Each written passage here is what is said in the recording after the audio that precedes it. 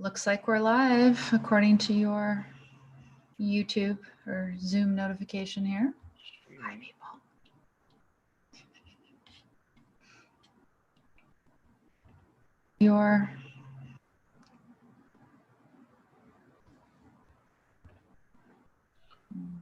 Okay.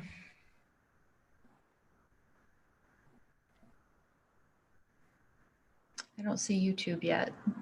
YouTube's on it. Is it? Okay. Here we go.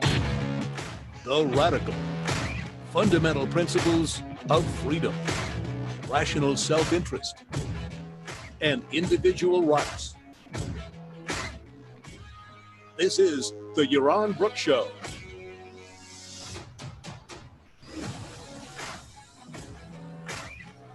All right, everybody. Welcome to the Monday Yaron and Amy show. Amy's with me today. That is cool. She's a brat. What's up with the t-shirt, Amy? Okay, so this is a Haley Mary t-shirt that took weeks to arrive at my mailbox from Australia during the coronavirus era. But yeah, she's out there making new music. Jezebels. Jezebels, yeah, Haley Mary, lead singer of Jezebels. Of course you knew that. Come on. Yeah, well, I'm a little slow. So yes, here it is. Wait, there. Haley Mary. Okay, there we go. All right. Yeah. Cool. How are you? Good. Yeah? Tired. I went and got an antibody test today. Oh, when do you get the results? I guess a couple days, something like that. And I'm going to be speaking with Amish on Wednesday on my YouTube channel. So it'd be cool if I got the results before that. But, you know, most everybody's negative. I think the idea of actually having antibodies without having had a major health crisis would be like winning the lottery, probably. No, I don't think that's right. I think. You don't think so? No, and the tests show that somewhere around 5% of the population has it. So about 5% scored positive, which makes sense. Okay, well, that's better odds than the lottery anyway. We'll see. I will share the results. 5% is a lot, and but the problem with them, which test did you do? Where'd you go again? Well, this is the thing. So I had been putting off a bunch of routine blood work, which I usually go to Quest for. You got a Quest? And so when I went on Quest's website, they have something now called Quest Direct, and you can actually just buy a test. You don't even have to have a doctor's order. So I figured, well, I'm going to have a needle stuck in my arm anyway. Might as well let them draw some blood to see if I have antibodies, right? Well, they actually have one of the better tests. So because the problem with tests is that they have a high false positive. So the problem is that if you get a positive result, that's when you're going to be uncertain. If it's negative, you're pretty certain you're negative. But if it's positive, you might be a false positive. So it's a lot of people are recommending getting tested twice. Well, if I was positive, maybe I would get tested again. Sure, I'd want to figure it out. But you know that I was really sick last year. I was sick too soon for it to have been this. Probably. I did have several weeks ago one of the, kind of reputed COVID symptoms, which was a bunch of headache, which I don't normally get headaches, but I just had headaches for several days. But that would have been like the lightest COVID case I would have ever hoped for, was just a bunch of headaches. Seeing the list of symptoms, everybody has had a symptom in the last few months. Yeah. There's not upset stomach is a symptom, having a little bit of a fever, headache, runny nose, cough. I have a dry cough. Rita says that's just a dry cough. So it's I'm really, really hoping I had it because I traveled a lot, in February and in March, all the way. You would have been entitled. You would have been entitled, I think. I deserve to have had it. Yeah. Really hoping I had it because I traveled. Have the antibodies. That would be good. And then that means my wife would have it too. Revital would have it too, and that would be perfect if we both had it. So I can't wait to get to California, among other things, so that I can get tested because here in Puerto Rico. Oh, they don't have it, huh? Even Quest doesn't test you. Okay. No. Okay. One of the disadvantages of being in Puerto Rico, not many, but there are a few. So all of you guys who are watching over on YouTube, I finally did get over there. You can check out the program notes for today's show. And what I'll do is I'll just go ahead and drop a link to them right over in the YouTube chat, so people can grab them if they want to. I do spend some time putting them together, so go over, show them some love. You did the blood test, not the nose swab test. No, because I have no reason to think I'm active infection. And in fact, when you go in there, they do your little forehead scan and make sure you don't have a fever, and I didn't. And so we'll see what happens. I'm probably gonna learn a lot more from the routine blood work than anything else. I've been carnivore-ish for months now, and I haven't seen any blood work since, so it should be pretty interesting. Yeah. Good. Yeah. Anyway, so let's go over, if you want to dive into some of this. I want to have sort of a more positive focus. It turns out that our government keeps doing these authoritarian power grabs, which was the theme that we had last time. But I'd love to focus on how we can fight them, in addition to maybe, talking a little bit about some of them as well. But I go on to Twitter just to share the program notes for this show. Yeah. And then I see this video of the kind of pro-democracy people in Hong Kong getting arrested in the middle of their parliament or whatever. Did you see that? Yeah, well, I mean, the Chinese have used this crisis to clamp down on a lot of the activists, and not only in parliament, but they've also gone after the activists. They put them in jail. So they've used this, the opportunity of this whole thing, to arrest a bunch of the pro-democracy, or I wouldn't call them pro-democracy, the anti-China demonstrators all over. But it's really sad. I mean, China, another black mark in China. But the good news is, I read a story today that Hong Kong, has had a handful of deaths. And you think about condensed, you think about people living on top of each other. But they were very, very good at voluntarily socially distancing, very, very good at wiping down everything and wearing masks and doing all this stuff. And they've had very few cases. And I also think the heat and humidity help. But they've had very few cases of death. And Hong Kong is one of the good examples out there of success stories in terms of, and think about it, they are connected to Wuhan. Yes. By train. They get Chinese coming all across the border all the time. Right. They should have seen a huge spike. And instead, we in the United States can't handle this thing because we can't get enough testing done, and we can't let people voluntarily. Oh, but we have the best testing because Trump says, our numbers are higher than anybody else. Well, they are the highest now. We're in May. This would have helped in March. Sure. May, a little too late, a little too little. Yeah. And we've been in lockdown for 2 months. I mean, Hong Kong didn't do a kind of forced lockdown as far as I know. Maybe they did one that was short. But it's just unbelievable how the extremes to which our government has gone, and the results have been awful in spite of that. We're still getting 80,000+ people dying. So kudos to Hong Kong, Taiwan, Singapore, and South Korea for doing a relatively good job of this, particularly the best in the world with Taiwan and South Korea. And of course, Sweden is not bad in Europe, but well, right. And one of the things that we can talk about is if people want to reconsider where they live, for example, based on the performance of their government, whether local or national or anything else during this crisis. Well, everybody should move to Florida. They had the least amount of lockups. They've got a very elderly population. And yet, do you think it's humidity and heat then? That's really interesting. I think humidity and heat help. I think also the fact that Florida is, people live in single family homes, old people, there are a lot of old people there, but they live in their own home. They don't live in a lot of these elderly, condominium type complexes.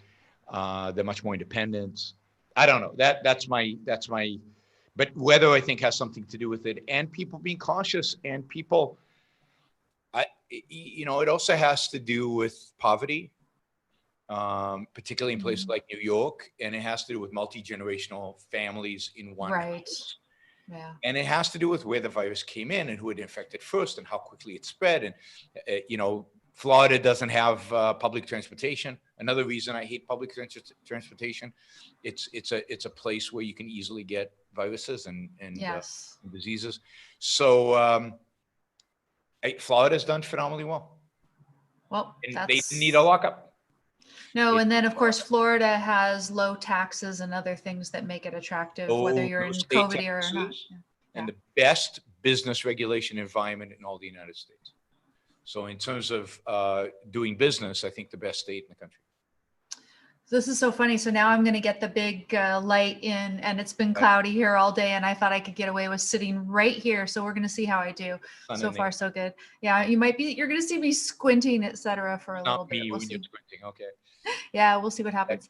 No, it has nothing to do with you, Yaron. It's not that lockdown hair of yours. It's just a little bit of sun over here. So waiting for a haircut. Yeah, so we've got this on-demand testing that people can order. At least here we do. And probably anywhere there's a Quest, you can do this now, which I think is wonderful. So yeah, go out if you guys are going to do it.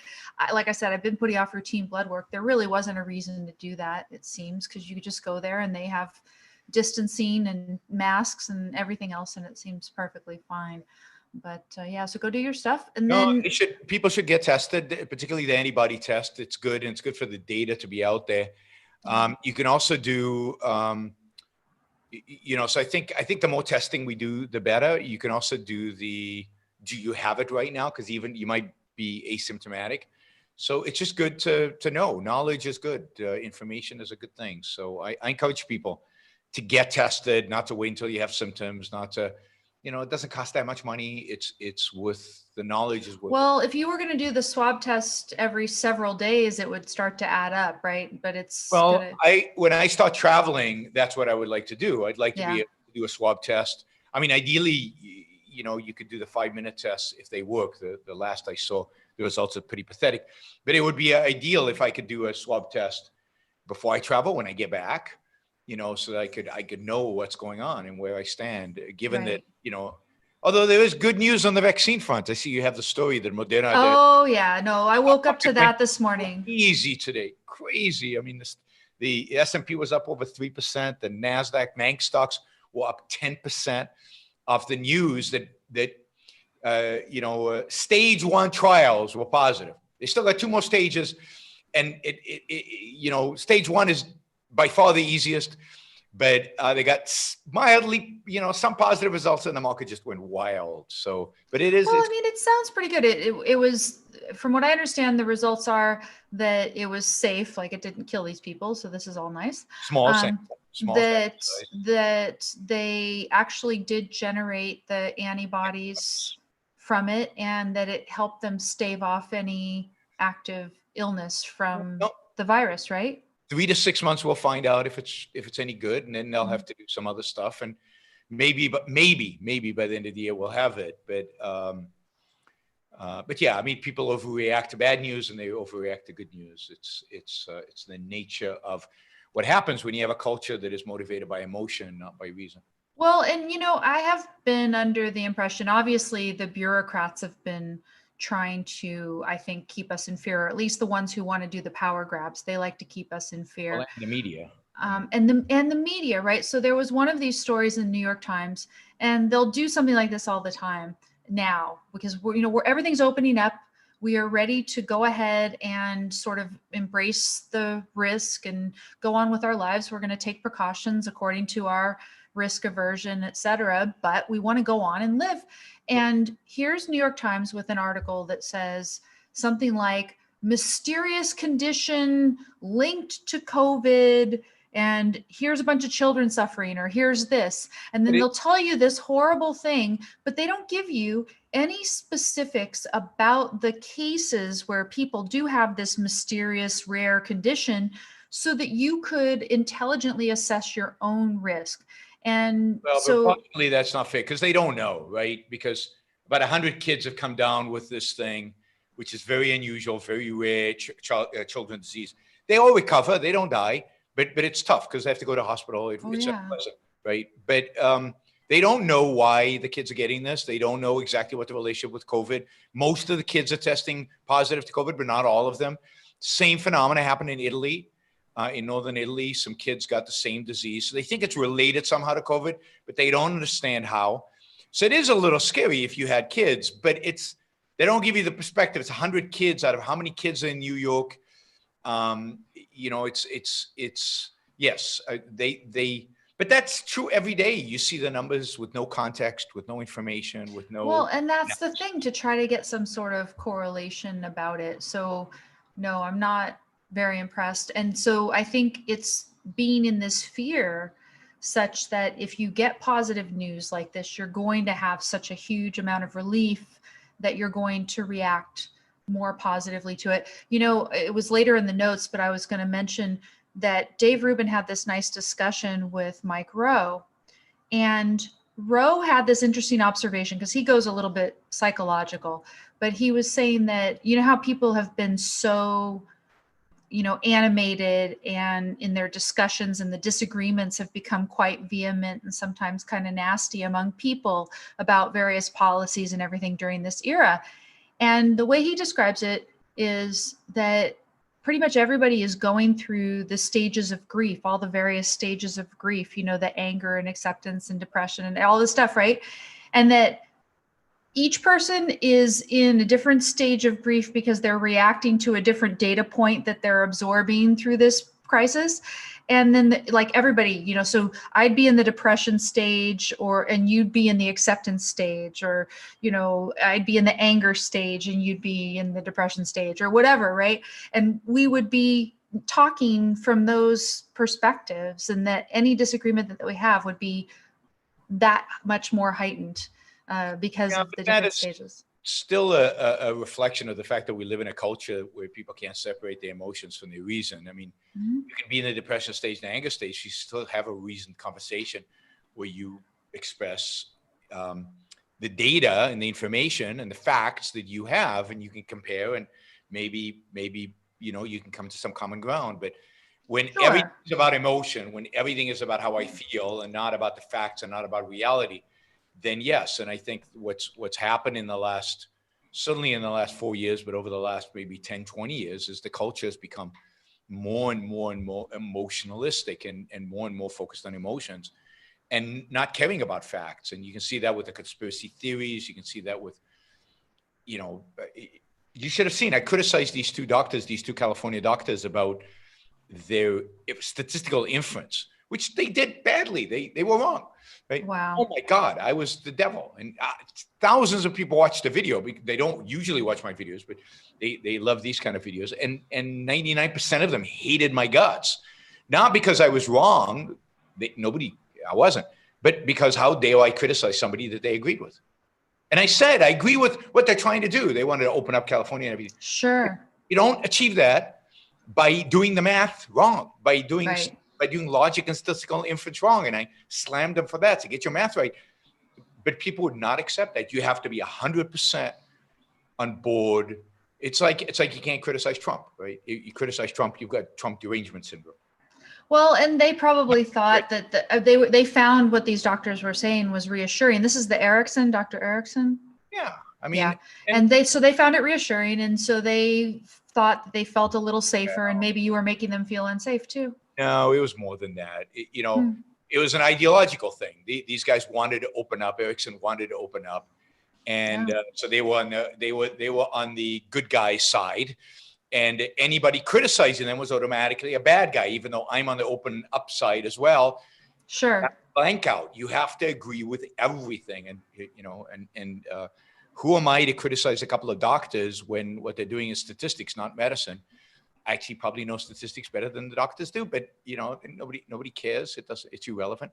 But that's if you know statistics, you know more than I do. That's for sure, because I was a math major and I hated that stuff. But yeah, I hated statistics. I hated probability because it was so counterintuitive. But it's hard, and this is why you have to know what you're doing when you do stats and when you do probabilities. And it's I've got a PhD in finance. It's how, I've published articles that do statistics, that do regressions, that do statistical inferences. This is what I did for a living. And anyway, it's just that mentality of you can't criticize somebody if he's on my team. You can only criticize the people on the other team. It's pure tribalism.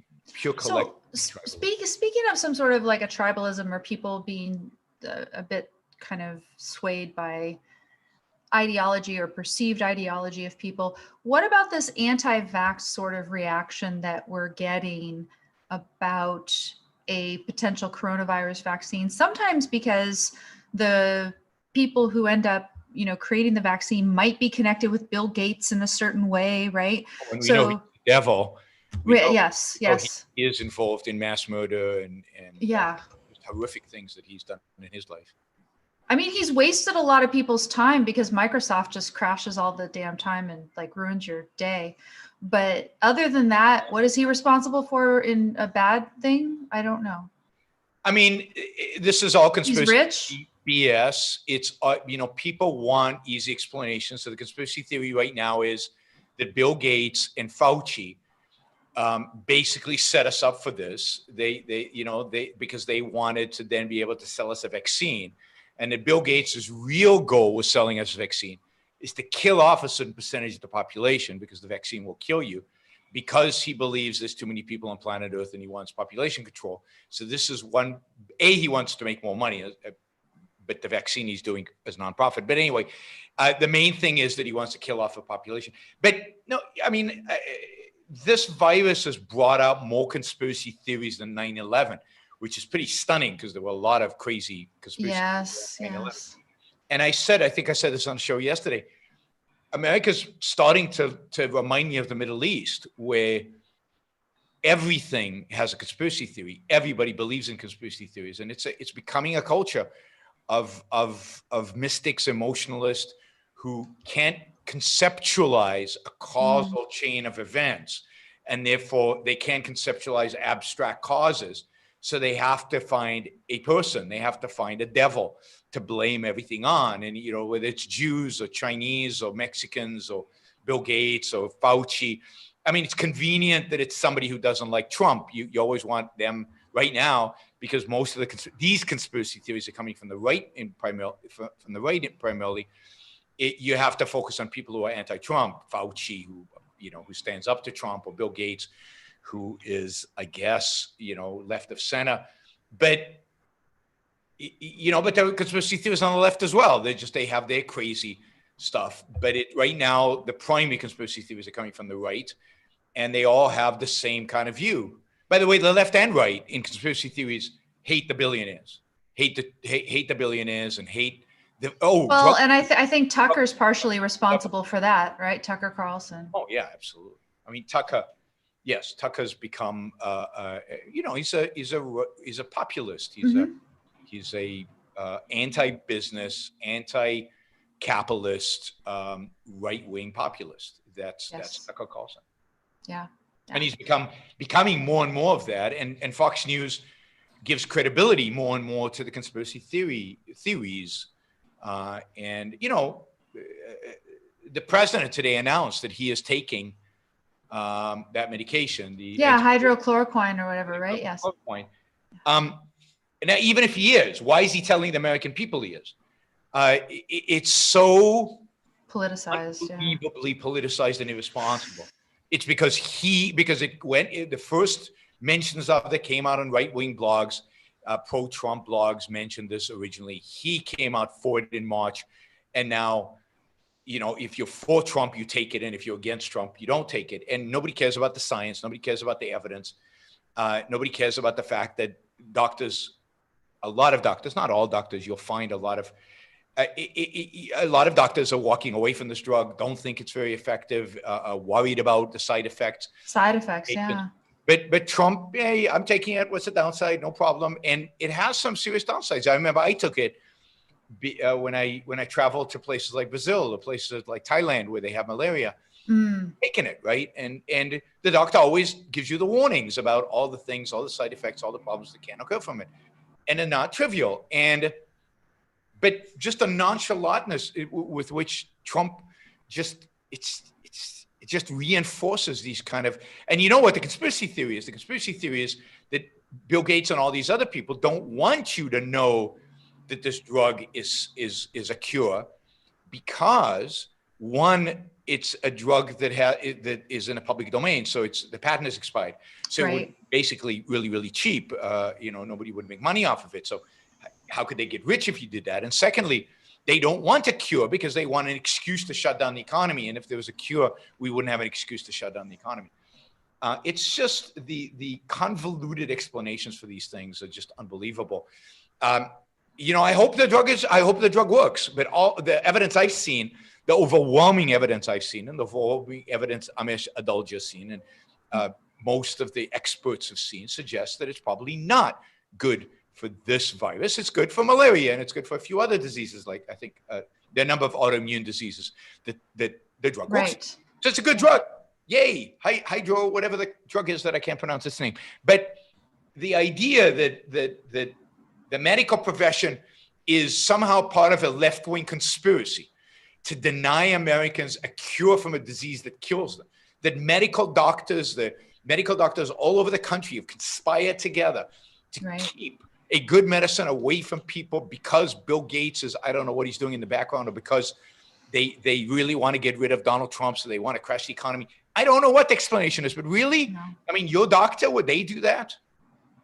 No, I mean, no. And all these people who are signing up to volunteer for the next stage of the trial and everything, I mean, what is it? They're not going to be given the real vaccine. You know how many people would have to coordinate in order to pull off a conspiracy of the type that they're fantasizing about? It's bizarre. And what they're going to say is that Moderna, you'll see the Moderna vaccine is going to fail because it's not a Bill Gates vaccine, and only Bill Gates' vaccine will actually be successful. What they don't realize is what Bill Gates is actually building are factories that will be able to produce somebody else's vaccine when one's available. So whatever wins, It's one thing to have a vaccine, right?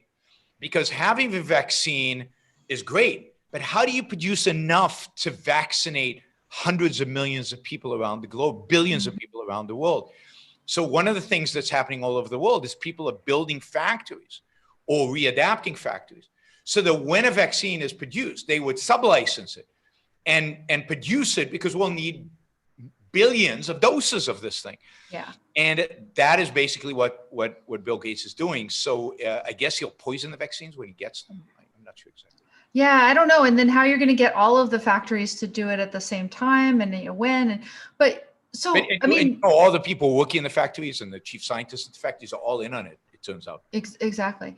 But there are two things, right? So one is there is this anti-vax movement, and I went ahead and put an article here in the program notes where Science Mag is talking about the fact that based on their analysis, within 10 years' time, it will be anti-vaccine views that will dominate online discussion that are out there. Now, they're talking about Facebook and everything, and who knows if Facebook's actually even going to exist in 5 years. They've sold their soul to the FTC and the DOJ, as far as I'm concerned.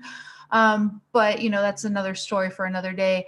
They're analyzing this. They're saying that the anti-vax movement has gained a lot of steam out there. And so I think one of the things would just be to help spread a rational attitude about the vaccines. I mean, it used to be, I forget, was it with polio, where once there was a vaccine for polio, they actually had like a moment of silence and celebration around the world because of this vaccine. Now, what do we have here? We have stock market speculation just on a phase 1 trial or whatever. But if there was actually a proven safe vaccine that goes through some more hurdles, that should be the reaction. I mean, my gosh, shouldn't we? Yeah, but it won't be, because there's so much. Well, it depends who endorses the vaccine, right? Is it a Trump vaccine, or is it a Biden vaccine, or is it Gates, or is it Amazon? If Amazon invests a vaccine, then oh my God, that did they give it as part of Prime, or don't they? I mean, it's insanity. But everything has become politicized. This is the great tragedy of the last, I don't know how long it's been. Friends of mine tell me, some people say, it's always been like this, but I don't believe that. I mean, I've been in this country for 33 years. Mm-hmm. I don't remember it being as bad. And I noticed it under Obama. Like, Obama fans were rabid Obama fans, and people who hated Obama, they hated Obama. Everything he did, nothing was good. And came up with conspiracies about Obama, including our current president, who was a birther. I remind you all, he was one of the main conspiracy theorists around Obama. But since Obama, this complete and utter the truth is determined by what tribe you belong to. And it's the end of the country if that is sustained. If that cannot be broken, if that cannot be changed, then it's over. And then it's just a question of, what do we do next? And it's really tough. And let's hope that there's a way out of this. I hope that there's a way out of it. I mean, I think, each of us refusing to just put, kind of cast our lot with one side or the other when they are both terrible. Yep. Individually keep working on that. I mean, one of the things that I like about Dave Rubin, for example, is that he talks explicitly about the fact that he's sick of the whole partisan politics thing and that you should reject this false alternative that we're given out there. And that's what you see. You see a very authoritarian spirit where they just latch on for no reason, et cetera. And at the same time, we're just given the worst. The memes that are out there about the choice that we have this fall, I won't even repeat, but, predators and such we choose from one or the other. Better than the choice we had 4 years ago. I mean, it is what it is, but it's, I don't know how you turn the country around. I mean, there's a lot of good things happening, but they're primarily happening outside of politics, and they're happening and even Justin Amash decided not to run. I was excited about, I don't know that I'd vote for a Libertarian Party, but I was excited about seeing him because I think he's smart, he's sharp, he's quick. Yes. It would be fun to see him on a debate stage. Yes. And I might have even supported him financially, even though I might have not voted for him. But yeah, I know. But he is, but even he's not running. So that kind of I was kind of puzzled as to why he dropped out. I saw a tweet from Stossel. And Stossel says, if we're going to have a libertarian candidate, it needs to be somebody, I think he used the word charismatic, but something like that if it wasn't that word. And he says, well, I suppose that Amash realized he just wasn't that guy. And so it's good that he dropped out. Who's charismatic? Well, me, I could do it. Well, you're going to run under the libertarian ticket. And actually, I don't think it's legal for you yet, right? They haven't done that. So can't do it. They need to change the laws. All right. So somebody's asking, how prevalent is that tribal mentality really? Could it be a vocal minority? I think it's definitely a vocal minority. I don't think it's a majority of Americans, but it is a much bigger minority, and it's a very vocal minority online. So they make themselves known, and it appears on my feed disproportionately. No question about that. American people are better than this vocal minority. Oh, I think probably that they are. And yeah, definitely. So there's one other thing on the topic of vaccines that I wanted to just kind of flag, which is that when there is a vaccine and you're talking about licensing all over the world, et cetera, what is the chance that a government out of need will just nationalize it, take it right out of the hands of the company that spends all these resources developing it and leave that company without proper compensation? Well, I think it's quite likely. I think they'd probably use the taking clause. They'll probably have to pay something for it, but they'd probably find a way to nationalize it.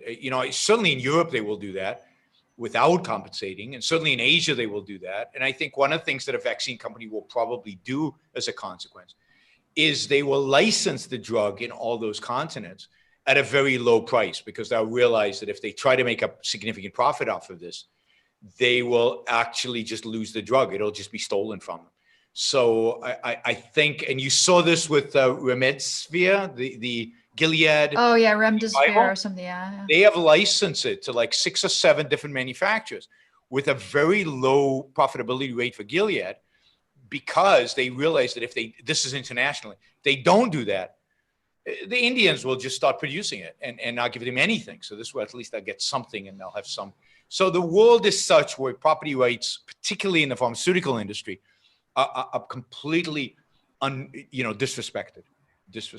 No, and that's one of the things that is going to impede our ability to get out of this, right? Because our hope lies in part with either a successful treatment like Remdesivir or a vaccine. And we want companies to invest huge quantities of money in it, because we want a lot of different vaccines and a lot of different of these to be tested so that one can be successful. By the way, we're getting a lot of love from Vonda Segler, who's doing a lot of super chat.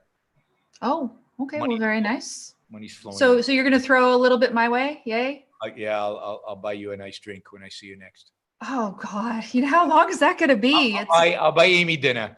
I'm going to buy Amy. That is true. I don't know how long it's going to be because I'm out of here before you get back here. And where you're going, I'm not coming in the summer.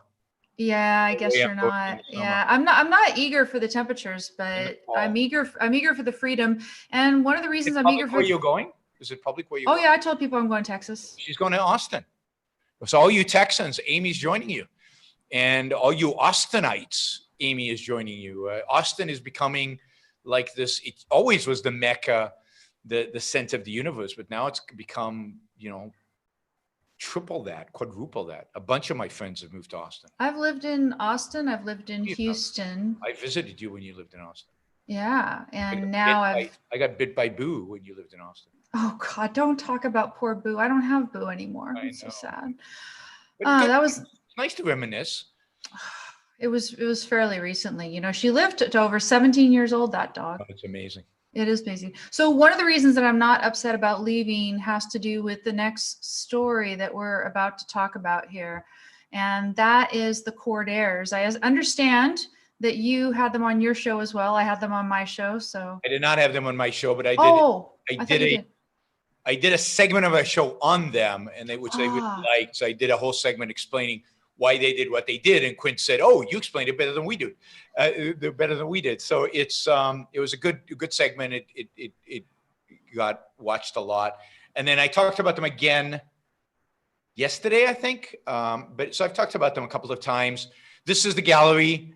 I interviewed them. So come to my channel. Don't let it go. With Amy, and Amy interviews them, and it's Quint and Linda Corday who own a gallery up in Napa. And they decided they were going to open, but they didn't do it in a they did it in a respectful way. They both let the authorities know. They told them they thought their laws were a violation of individual rights and unconstitutional. They said if they were arrested, they would try to take it to Supreme Court. They would challenge it. They said they would engage in social distancing. They would do it with masks and the whole thing. And they did. They opened, and then I think my interpretation, I didn't get the full picture, is that they were threatened. Their landlord was threatened, and so their landlord forced them not to open after they were open 4 or 5 days. But now, what is happening now? They have got the Pacific Legal Foundation. Yes. To basically write a letter saying that they will sue the county and the state if they interfere, something like that? Well, okay, so they wrote a letter complaining about it, but in terms of actually what they think they're going to do as a result, I mean, so let's back up, right? Linda's watching on Facebook. Hi, Linda. Oh, Linda is. Hi, Linda. Maybe Quint is too, because she says we're here. Okay, well, we love you. So no, and I mean, this is the classiest civil disobedience probably ever, right? Because they have this beautiful gallery and they had it totally planned, all the social distancing they were going to do and everything, and masks. And I mean, if you think about this, right, this is an art gallery where you are told you may not touch anything. And, other shops, they get to be open. And yet this gallery supposedly was in, Newsom stage 3. He throws all these different businesses into arbitrary stages. The first one is essential and the second is who knows what. And then the third is people who don't have enough lobbying power or something. That's all we can figure out. But, this letter, it reads really more like a legal brief or a memorandum. It talks about basically the fact that not allowing an art gallery like theirs to open under the, guidelines that they have said that they're going to follow is arbitrary. And, unfortunately right now, the right to do business in this country is not protected the way it should be. It doesn't get near as much scrutiny. Any interference with the ability to do business doesn't get as much scrutiny from a judge, for example, as does freedom of speech. right? Because all you're trying to do is earn money, and that's somehow, doesn't rise to the level of freedom of association or freedom of speech or whatever. But you do get some protection. And as I understand it, the standards run along the lines of, are you discriminating as between businesses in a way that is arbitrary? And if you can show that, then you have a real case. And now, as I understand it, because they've laid out these stages and they're saying for no good reason that an art gallery like the Cordairs is going to fall under this phase 3, when there's a whole bunch of businesses in phase 2 that in fact can't even be operated as safely as theirs. It is completely arbitrary. And so the government has no good reason to have this indefinite closure on them. And it talks about the fact that this, they've been doing this for 25 years or more, and it's going to essentially put them out of business, right? But in terms of what they are actually saying, obviously they're saying this case is on our radar and we might do something just by writing the letter. Yep. But I don't think that they said in so many words that they were going to. This is an example of the authoritarianism, right? I mean, you have some kind of central planner, some bureaucrat who gets to decide what a stage 1 and what a stage 2 and what a stage 3 business is. Completely arbitrarily, based on what? Based on not on how much stuff you touch, because then the Codet Gallery would be open in stage 1, but based on their decision about what's essential and what's not essential, what people need and what people don't need. Art, nobody really needs art, so we'll put that last. Just forget about your personal values. Forget about what's important to you. Forget what you're willing to pay for, what you're willing to exert energy for. No, some, I was going to swear, bureaucrat is sitting in Sacramento or in the city council in Napa, who's probably never worked an honest day in his life in terms of actually producing, creating, building, making, and trading values, is going to decide whether you have a business tomorrow or not, or whether you can actually hire people, employ people, and actually build something. It is truly disgusting. Yeah. No, so what they're doing here is they are just asking, respectfully, but of course, like I said, it's implicit in this that it's on their radar and they do these kinds of cases. But this, we ask that the state's resilience roadmap, what gibberish, right? The resilience roadmap and the county's modified shelter-at-home order be amended to allow businesses to open where they can do so consistent with state and local safety protocols. So, and they are applying more broadly. They're not just saying this is on behalf of Cordairs. And of course, the Cordairs as well want all the other businesses that are able to open in safe ways like they can to be able to do so as well. So it's a fairly modest request, right? Yeah. Because it does concede maybe some things that you and I, from a philosophical perspective, would not want to concede, that the state even has power to have all these phases and all the other stuff. But they're saying, look, if you're going to do this and you're going to have guidelines as to how the businesses can open, then at least allow businesses who are able to meet these guidelines to open. There's no reason that I could think of why it would not be safe to go shop in that gallery. So Jax is asking, what has been the legal result of the Codet protest? Did police come? Did they get fined or not? No. So it hasn't gone to court. It hasn't got to the stage of police. The landlord, I guess, at some point requested them not to open the galleries. They didn't. But then my understanding is from Facebook right now that the landlord has given his blessing to move forward. And I think they're moving forward again to reopen, I think 6 people at a time or something like that. Right. And that the gallery will be open. And if the police do come, and which I think is unlikely in the end, then I think that there will be a legal challenge. And it sounds like the Pacific Legal Foundation would support such a legal challenge. Another question is, why in the hell a liquor store is essential, whereas the Codet Gallery is last in line to reopen? Well, I mean, really, it's liquor. I mean, what could be more essential than that, right? I mean, the liquor you need just to cope with the lockdown, I suppose. That's right. So you need the liquor to cope with the lockdown, and the more you drink, the less you'll care. The less you care, and also the less the less you're competent enough to go out into public. So the more the lockdown is appropriate for you.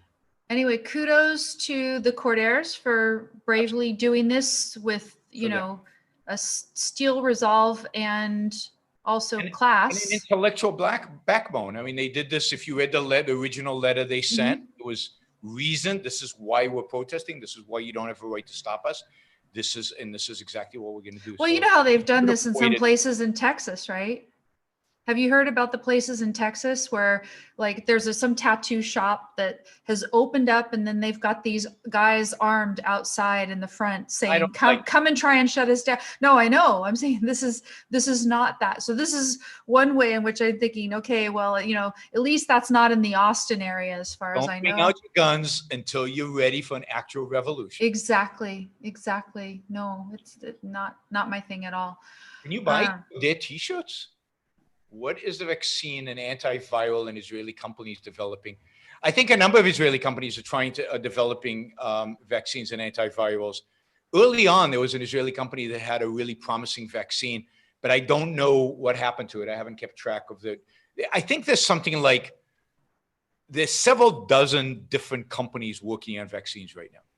So there's a big effort both at universities, labs, and at companies. So ingenuity, entrepreneurship, innovation, science will solve this. On Wednesday, I'm going to be asking Amish again about all the different options that are out there right now. Which is the most promising? Is it this Moderna that everybody's excited about, or are there other ones? And we'll get the latest because, as you know, it changes all the time, every day it seems.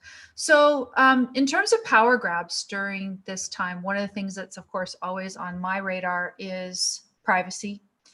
And the way that I describe it right now is essentially because we're all in our homes and we're all communicating either by Zoom or other, quote, third-party services, right?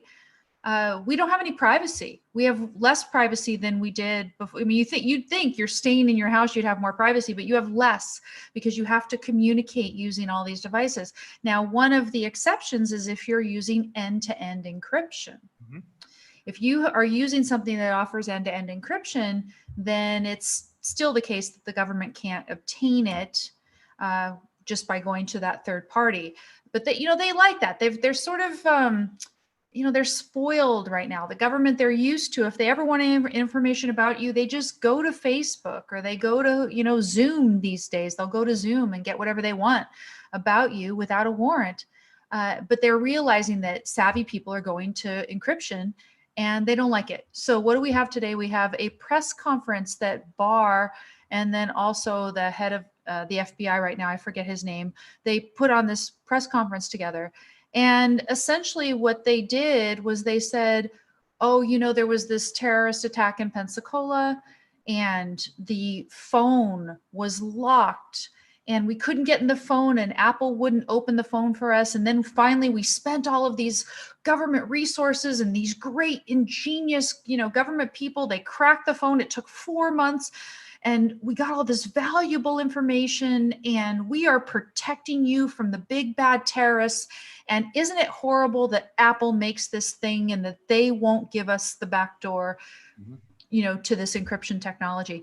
And so the whole thing is, they call this now, instead of banning encryption, they don't talk about banning encryption now. They just say that we need lawful access. That's their catchphrase, lawful access. And they think that they deserve to have this. Why? Because if you're against it, you must be against fighting terrorism.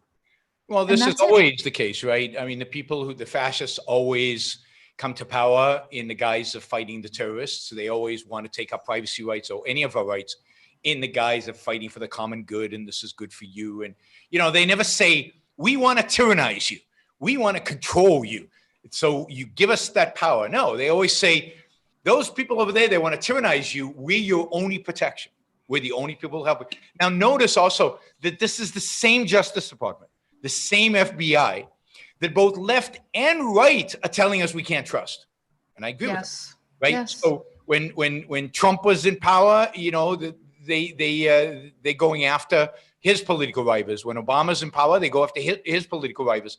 These are entities that have been politicized. And now we want to give them even more power, by eliminating our ability to encrypt messages. I mean, it's just, No, and Power and grab Bar, never stops. you know, this is probably going to be the first video. You've done a lot of this masterfully, where you play the video and you shred it during your shows. And I haven't succeeded at that technology yet because I wasn't able to get the sound going. But I'm going to have to do it. I'm going to have to shred this. This guy commits so many logical fallacies in here. It is disgusting. And then He is disgusting. Bar is really disgusting. Oh, I couldn't believe it. And hack.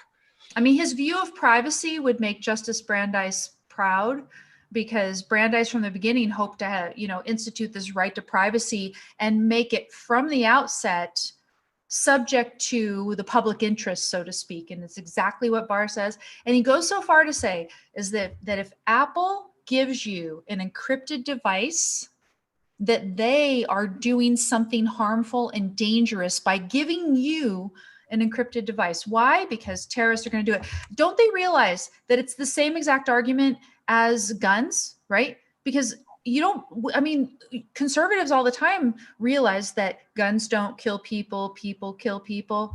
Encrypted devices are not the cause of terrorist acts. And for them to say that basically Apple is no better than terrorists, or that they're helping terrorists because they give us encrypted devices, it's ridiculous. And it's just because our government has gotten lazy. They don't like to confront subjects of investigation or notify subjects of investigation. And they think, yeah, it's your information. You have every right to encrypt it and not to share it with the government, and never to share it with the government, and never let them know how to get access to it if they can't by themselves get access to it, even in the face of a warrant. So absolutely, it's your information. That's what it means for something to be yours.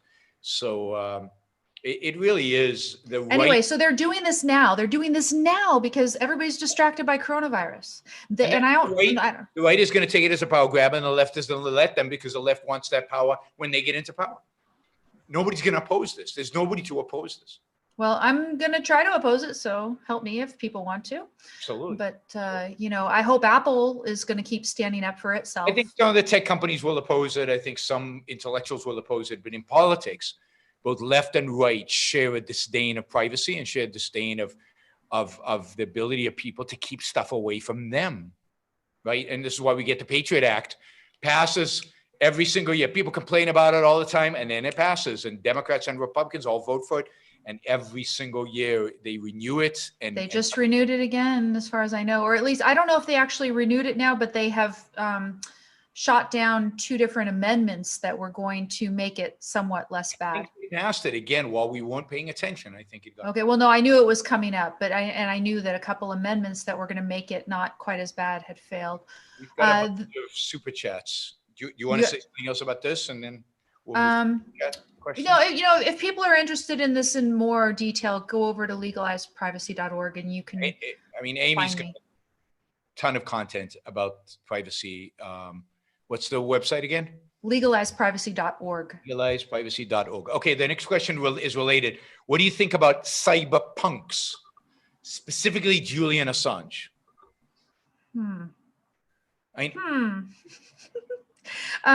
So Assange has done some decent things and some not so decent things, right? You know, he doesn't, as far as I know, he's not principled, but no, he's a complete louse. I mean, he might have done complete louse. Well, he's done some things that turned out to be okay. I'm saying he has no principles. Yeah. So is Trump. I mean, yeah. So it doesn't, you know, and so he was very big on corporate espionage, in a sense of revealing information of corporations, private information. He was big on the whole Panama Papers, which nobody criticized him for because everybody was hooray. But that's private people's trusts, people's money, people's legal arrangements. It's none of anybody's business. How many companies I create in Panama in order to funnel my money to wherever, it's none of your business. All these laws restricting my ability to open bank accounts overseas and monitoring that and are disgusting and offensive and anti-individual rights. And then he was quite willing to release, you know, real secret information, like you know, all the information that one soldier kind of sent him, whether it was going to get people killed or whether he didn't care. So yeah, he's done some good things, but it's by accident. It's generally, he's kind of an anarchist. He wants to smash everything, and he wants. Now, I generally believe that government should have very, very few secrets, but it's not up to somebody like Julian Assange to decide what they are. I mean, when you compare him to Snowden, it's night and day. Snowden was super responsible, relatively, and explained what he did and publicized what he did and didn't reveal everything. He only revealed the things that he thought would not be harmful to actual assets on the ground, to actual national security. Was very clear that he didn't want to harm national security. Assange had none of that, had no problem revealing things.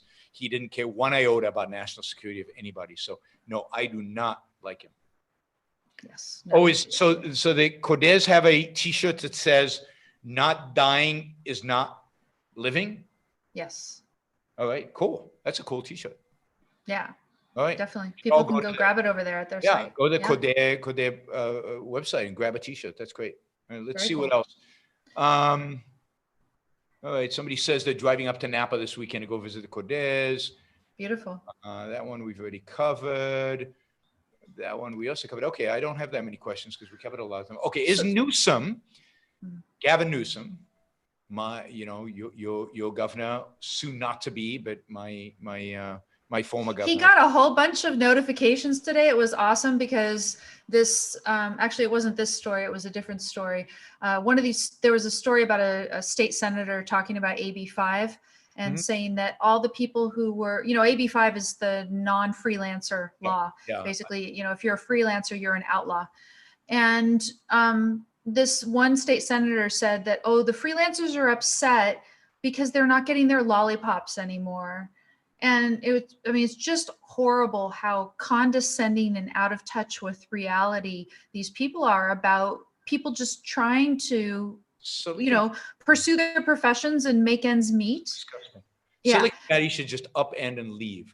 Well, and that's so that's why I said, so my total of my comment was 1, she sucks, and 2, I'm out of here. And then I put CC Gavin Newsom, and then Ben Shapiro retweeted it. So there's like thousands of people interacting with this tweet, which means that it's in Gavin Newsom's feed time and time. It's so satisfying to know that Gavin Newsom is seeing this in his Twitter feed over and over and over. I'm out of here. Yeah. Yeah, it's really,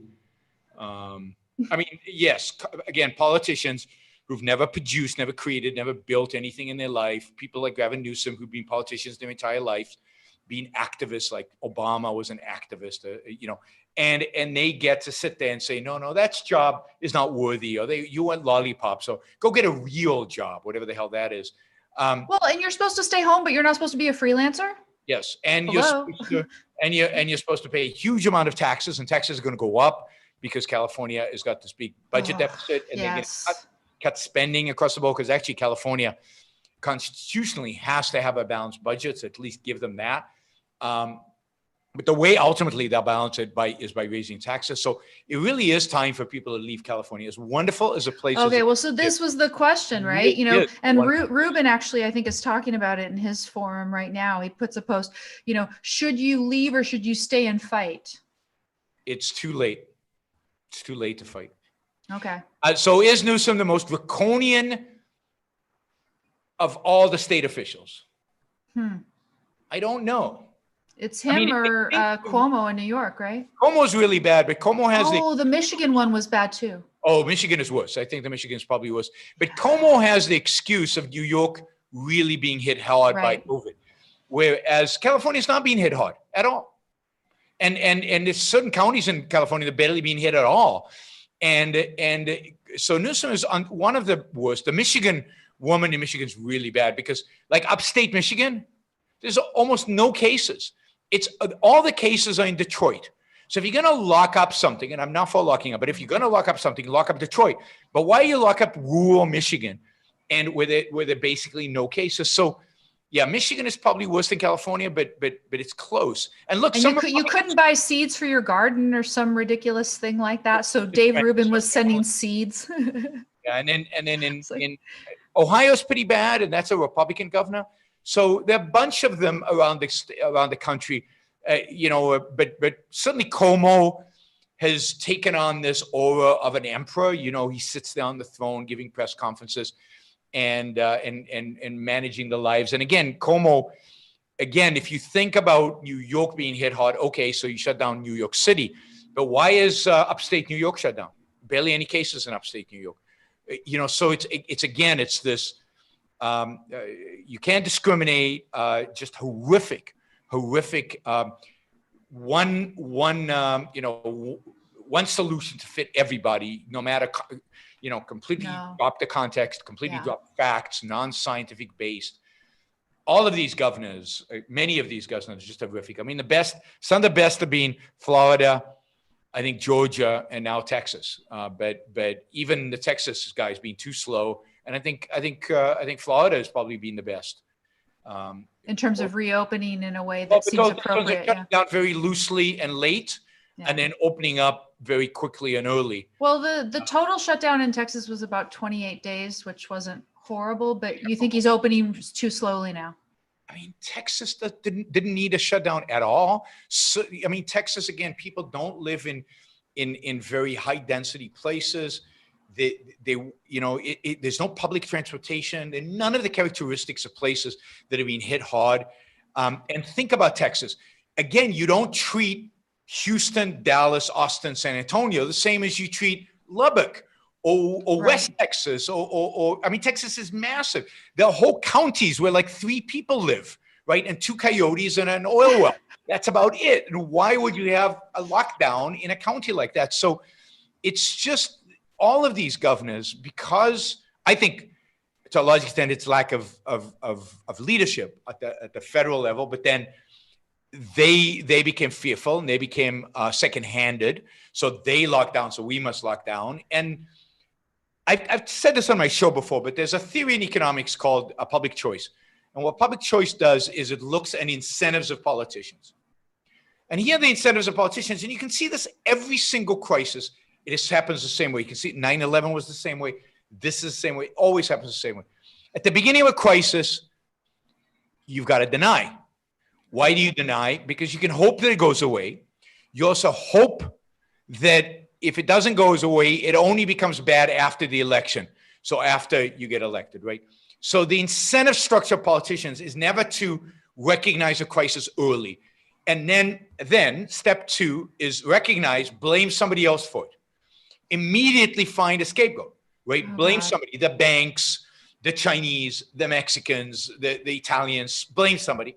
And then 3rd is panic, overreact. Yes. And every crisis, every single crisis has been exactly the same way. And they always, you can see regulators behave the same way. The SNL, I studied this. The SNL crisis was like this. The financial crisis was like this. 9/11, if you think about the reaction to 9/11, and, we get the TSA and a complete reshuffling of the government to create the largest department in the government, Homeland Security. You get the Patriot Act, you get invading Iraq and Afghanistan and spending 12 years there. You get overreaction at the end, and so you get denial. Patriot Act. Yeah, you get the whole thing. Everything follows this path, and you can see it every single time. And here you saw it at the federal level, and then you saw it at the state level. And what these governors did was panic and overreact. Yeah. Well, so you think it's too late to save California? And I would say that Ilya Somin, whom I interviewed just this last week, he talks about foot voting, essentially migration, and that would be, moving from state to state, moving internationally, whatever, that you can achieve a lot more just by leaving someplace than you could ever. So for yourself. Yeah. For yourself.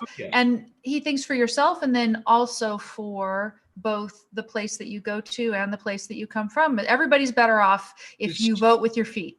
Does he show evidence? So one of the complaints I hear in places like Colorado, even Washington State, is that Californians left California, came to these other states, and then voted in the policies that California had, because of which they left.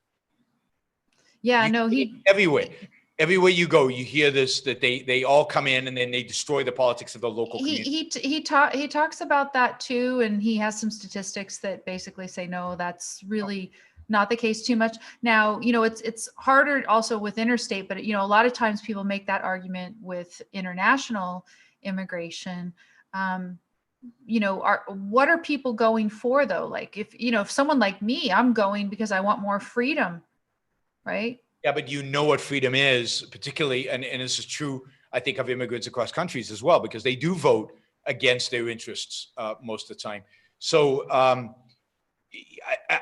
don't know that people have a sense of freedom, but they don't know what freedom is. So yes, Californians say, there's too much taxes, I'm leaving. They go to Colorado, and then the Colorado governor says, look, we need more money for schools. We really underfunding schools. The California guys, oh yeah, we definitely need more money for schools. Raise my taxes. And then, oh, we need more money for this, and we need more money for that. And soon the taxes are just at the same rate because they haven't challenged the underlying belief, the statism, the collectivism, the altruism, whatever it happens to be. So yes, I think people should vote with their feet. But the question is not if it's too late for California. And I hate to be pessimistic, but I mean, what does too late mean? What are we trying to achieve? If we're trying to save the world, or we're trying to establish capitalism, then I think it's too late for, America's not going to become capitalist in our lifetime. It's just not happening. So basically go where you're going to have the best life. Yeah, you've got to go for you as an individual and go, and this is how I've lived my life. Go to the place where you as an individual, did I move to Puerto Rico because I think I can change Puerto Rico into some capitalist heaven? No, I moved to Puerto Rico because my life, I think, will be better here than anywhere else. And not to say that your life would be. Your life might be better in Texas, or your life might be better in Florida or in California, depending on your values. So we each have to make choices about our own lives.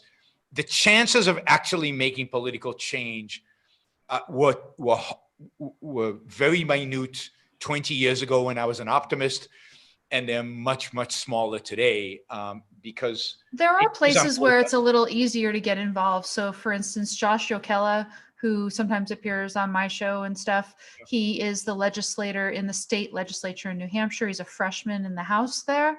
And it's fairly easy to get involved in politics in New Hampshire, for example. And how they doing? How's taking steps towards laissez-faire capitalism on the state level? Well, I mean, he just started, right? He's just a freshman, so we'll see. We'll see what happens. I know, he's there. He just said, calling me out. He's watching us on YouTube. So while I fight the good fight, that's all good. But he says it's not going well, right?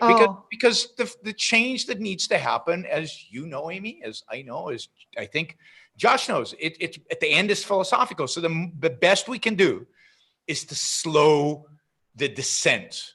That is to buy us time, buy civilization time, buy the Enlightenment values time, buy reason time, by the Constitution time, so that one day we'll build up that philosophical, counterpunch. But we don't have it yet. I've got 18,000 subscribers on YouTube. Any punk who's willing to say the F word and do crazy stuff and come up with don't say this. Don't say this. I've got my small amount of subscribers, and yes, we've all got tiny little subscriptions. But if you look yours is a lot. You look at YouTube and you see the number of people who have hundreds of thousands, who have nothing to say, who mainly peddle conspiracy theories and BS, and they are the people who have a voice. They are the people who people listen to. We have a lot to say, interesting stuff to say, true things to say, fascinating things to say, and nobody listens. All right, 2 more questions, and then we'll go back to your agenda. Sure. Okay? Yes. How does one answer the allegation that if you want the lockdowns to be lifted and go out, you want to sacrifice others to yourself?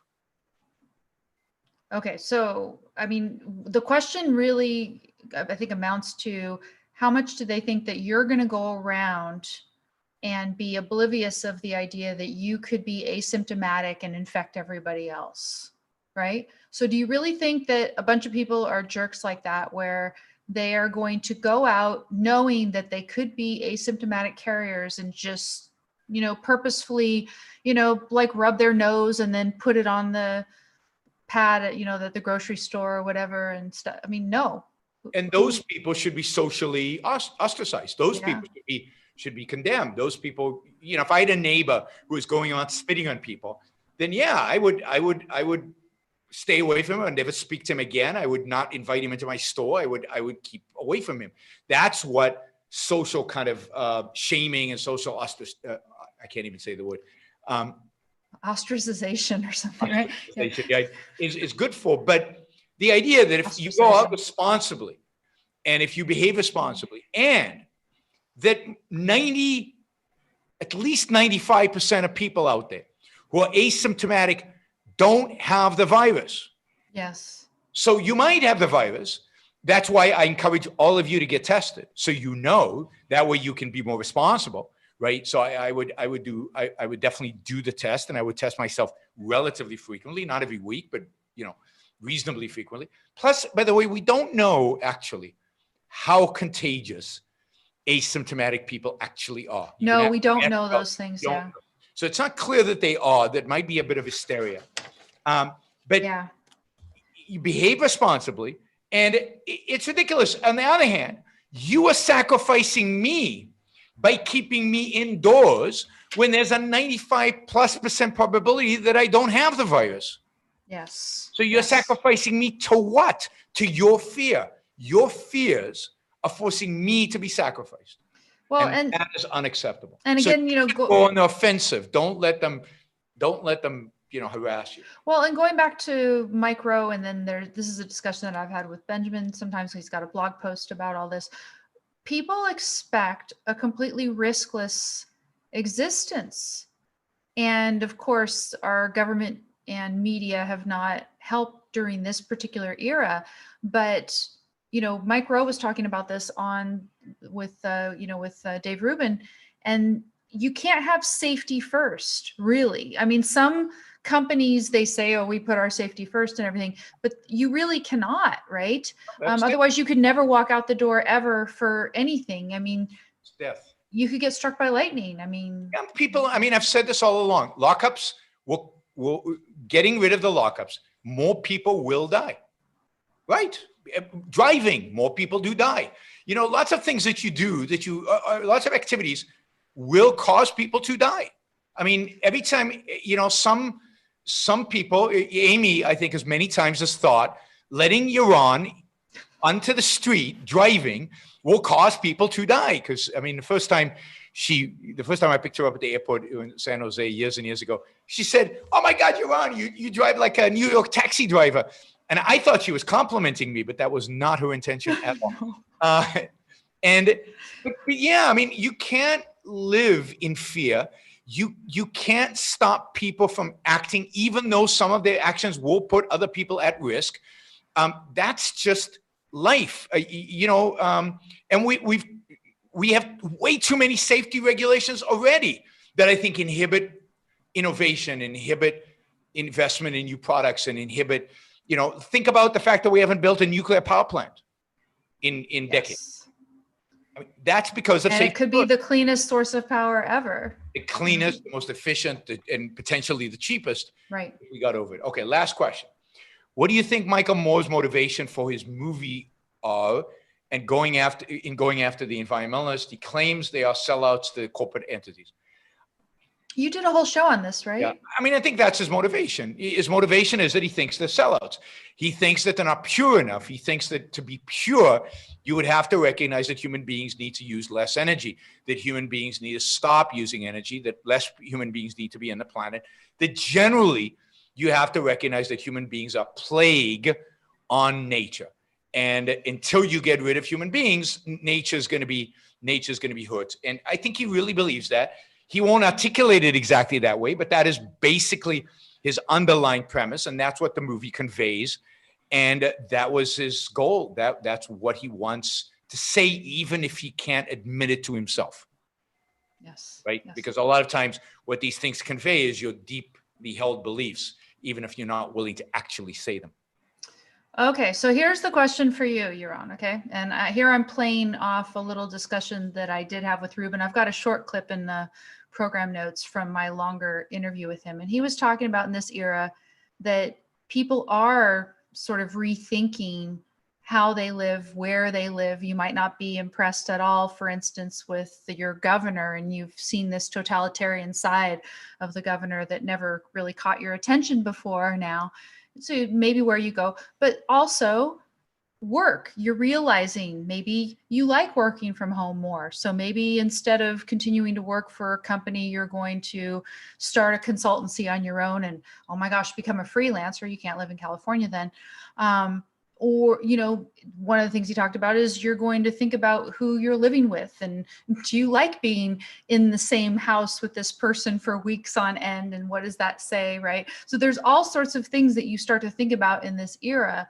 And, do you have something that you're sort of taking going forward? I know you miss travel and you can't wait to go back out and give some talks live again, because I'm sure it's not the same.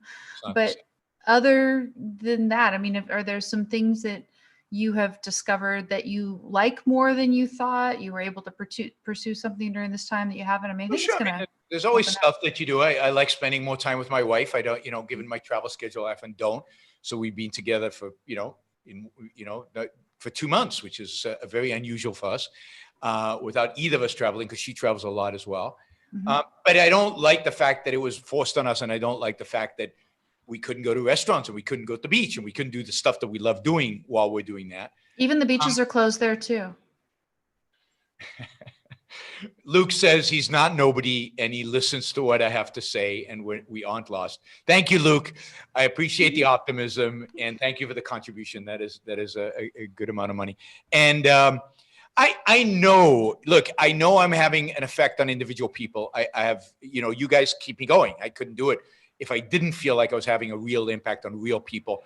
And I don't consider you as nobodies, but cultural change requires numbers. It just does. That's just it doesn't require a majority, but it requires numbers. It requires influence. It requires a growing audience, and it requires starting to see your message appear in the public sphere. And I don't get that. I don't have the numbers, and I don't get the message in the public sphere. And indeed, I think my numbers, I don't know, I had a better sense of numbers. I had a sense that the numbers were bigger 10 years ago than they are now. I don't think that's true. I just think it's subjective. I think it's my subjective error. But I was definitely thought I was having a bigger influence 10 years ago than I am today. But I have 18,000 subscribers, which is a lot of people, and it's and a lot of you, most of you are fantastic. And many of you support the show very, very generously. And I know I've had an impact on your life because you guys tell me I have. So I appreciate that. But volume matters, numbers matter. And when we get to there, we'll get to it.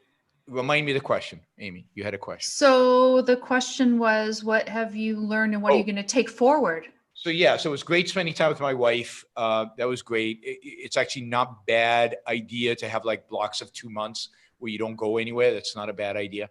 I've always worked from home, or have worked from home for a long time, either from home or from hotel room or from wherever. Sure. So that is pretty easy. I've done a lot more meetings and done a lot more presentations via video, and it's not bad. It's not as bad as I thought it would be.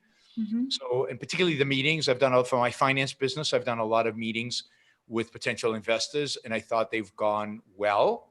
Mm-hmm. What have I learned?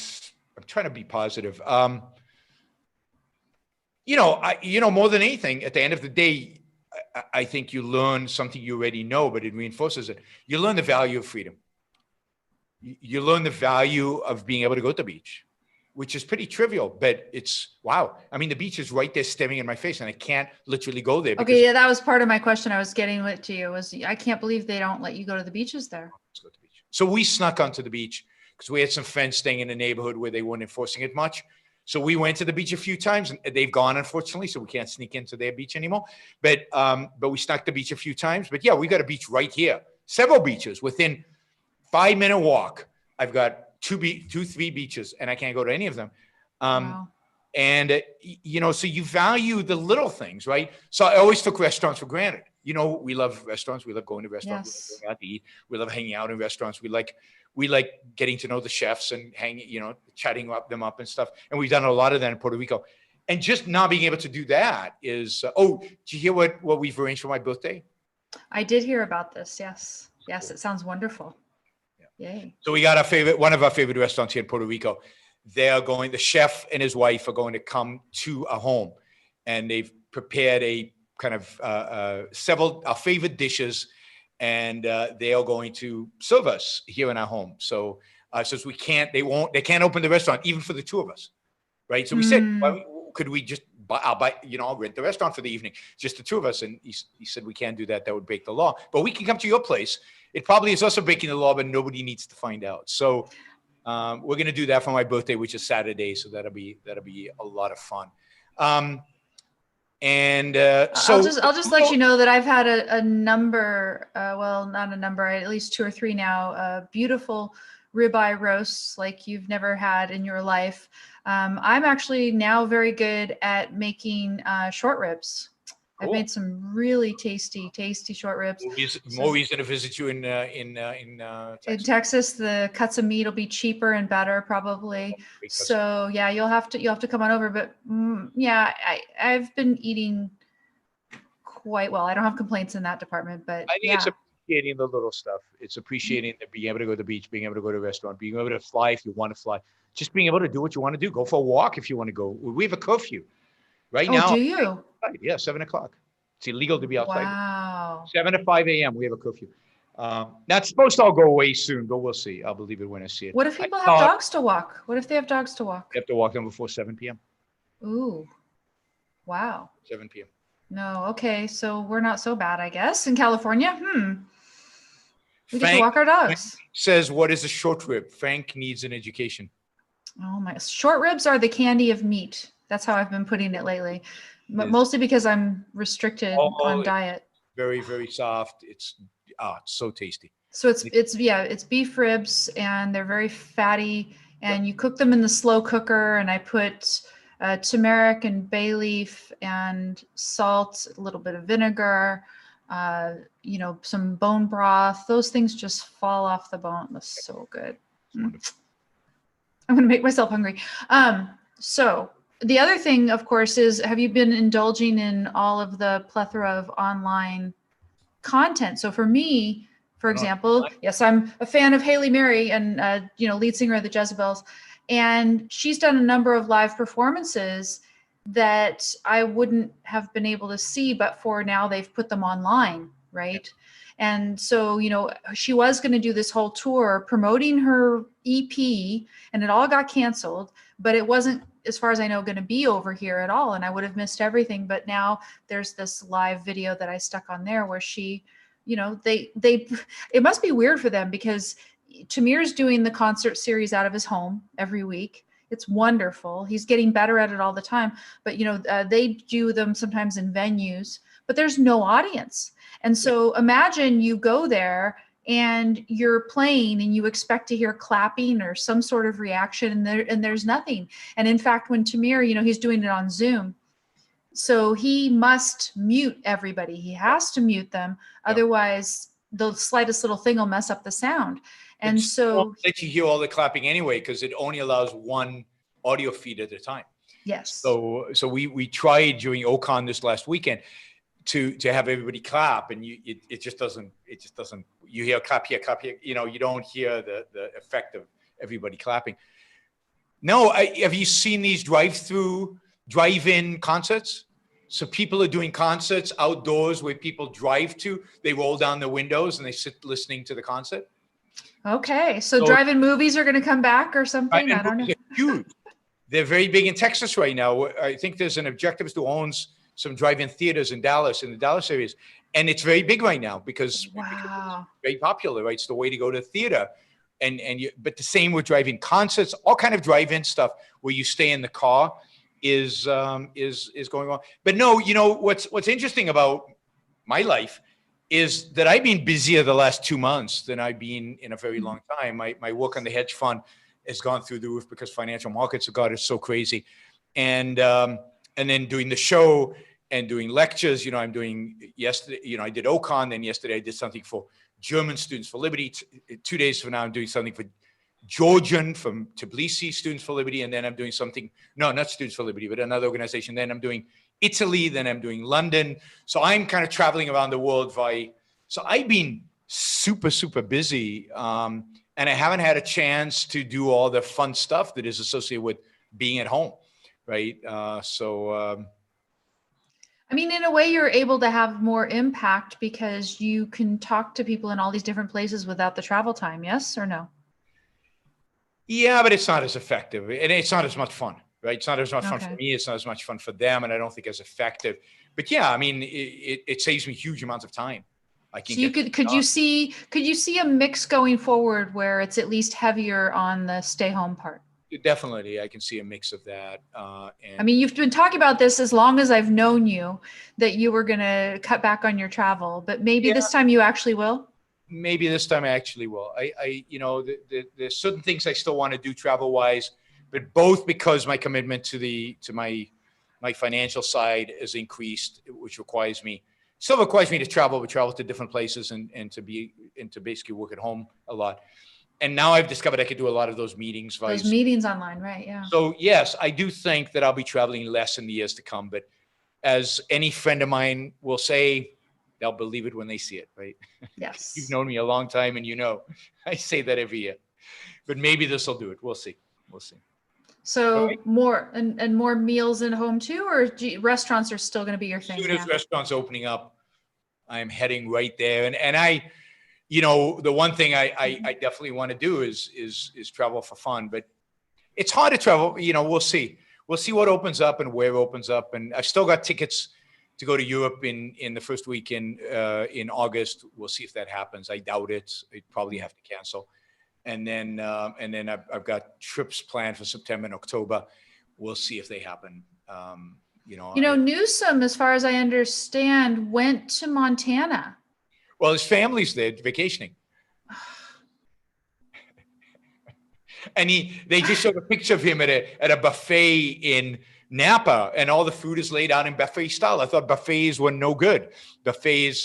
So these politicians, they truly believe there's some form of philosopher king where the rules don't apply to them and they get to dictate our lives and they can do whatever the hell they want with no consequences. And some of them need to die of COVID. I don't usually wish death on people, but some of them need to suffer. They should get sick of this and have to get one of those incubators, ventilators, feel what it feels like, because the way they're behaving is so arrogant and ridiculous, and it really is disgusting the way they rule over us, and the rules don't apply to them. So, all right. Do we tell people how to escape and how to combat all of this authoritarian? So you still, it's back to basic philosophy, Move, right? Go to better places. Focus on your life. Focus on your values. Focus on what brings you joy and happiness. Surround yourself with beauty, and fight. Join the fight. Fighting is, I don't think, optional. So fight. Join the fight, and let's change the world together. I mean, I might not see it, but maybe some of you will, and maybe some of your kids will. So there's a lot of work to be done. Okay. Well, thank you, Yaron. We're going to do this again in 2 weeks, I believe. That's right. So. 2 weeks, I think also Monday. Yeah, it's going to be on Monday again, the same time. We'll see. I don't know if I'm going to get away with this light or do someplace else, but we'll see how it goes. And then I've got Amish on Wednesday. So if people want to see another update with him, it'll be over at my YouTube channel. So YouTube, Amy Peikoff, go to her YouTube channel. You can also go to don'tletitgo.com, all one word, don'tletitgo.com. That's me. And you can support Amy on Patreon. Yeah, either that or now I'm over on Locals too. That Amy's site. Locals. Well, I'm on Locals. I still haven't figured out why I'm on Locals and what exactly I'm doing there. But I know some of you support me on Locals, so thank you for that. You can support me on Locals, on Patreon, on Subscribe Star, and on my website, yaronbrookshow.com/support. Don't forget, like every show, to like it. YouTube cares. The algorithm. They do, yeah. Gods of the algorithm. Do you know? You want to hear this? So I know this sounds pathetic to you because you were monetized long ago, right? Yeah. But they require 4,000 hours a year, and I had been sick for months, so I lost a whole bunch of time. But now I am over 3,900 hours. Oh, cool. And it's been growing steadily every day. So sometime within this week. But anyway, if anybody goes over, just check out my fun interview with Dave Rubin or anything else. I had a fun interview with John Allison. Over the 4,000. Yeah, help me out. No, and then I'm going to have Super Chat too, and I don't have to be left out of that fun toy. And, yeah. So if you want to come over, that'd be great. So I'll be back. When will I be back? Probably today's Monday, probably Wednesday evening. And Amy's got a show coming up with Amish, and yeah, we're gonna do some fun stuff, I think. Good. And I'll see you in 2 weeks. And yes. And you'll know whether I'm COVID positive or not. That's right. Hopefully I'll know before then. But yeah, sounds good. Thanks, Amy. Thanks. Bye, everybody. Thanks, everybody. Great week.